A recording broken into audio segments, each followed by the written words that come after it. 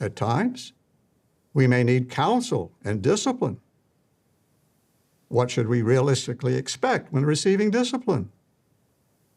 Hebrews 12:11 through 13 makes it clear that initially it will not be joyous.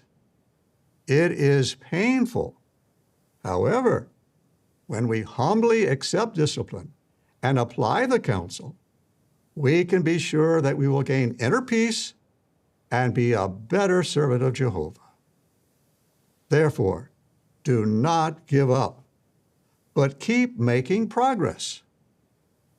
Never allow the devil to convince you that you are a failure. I think if anyone's out to convince people that they're failures, and indeed worthy of imminent death, if they don't get their act together by the time Armageddon comes, I think if anyone is advocating that sort of negative ideology, it's the Jehovah's Witness organization. This, by the way, is Harold Corkern giving the talk Realistic Expectations, the Key to Joyful and Successful Service. And part of these realistic expectations apparently involves discipline, which Harold Corkern has just described as painful. It needs to be painful. It's a no pain, no gain deal, apparently, when it comes to the way Jehovah's Witnesses receive discipline, which can include, as we know, shunning, not just shunning by members of the congregation, but even shunning by family members, even a child being shunned by its father or mother, or a brother being shunned by its sister, etc. This is an organization that revels in creating misery under the excuse of discipline.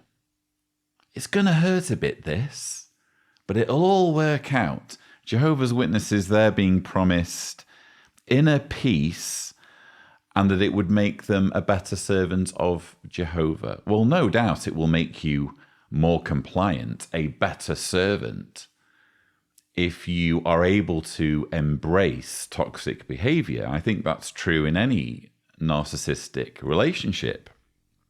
As for inner peace, I don't think that's true. I don't think it does bring you inner peace to have your relationships obliterated. In many cases, it's driven people to suicide. The psychological torture of shunning or disfellowshipping. We're social creatures as human beings.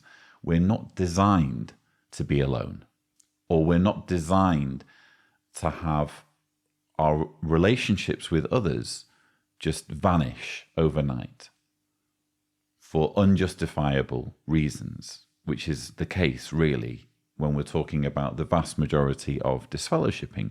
You can be disfellowshipped, again, for something as simple as having sex with a consenting adult to whom you're not married.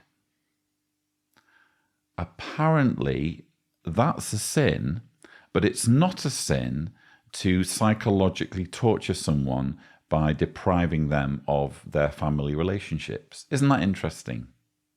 I would argue it's very much a case of the punishment far outweighing the crime when we're talking about disfellowshipping, to the point where the punishment is actually a crime in itself.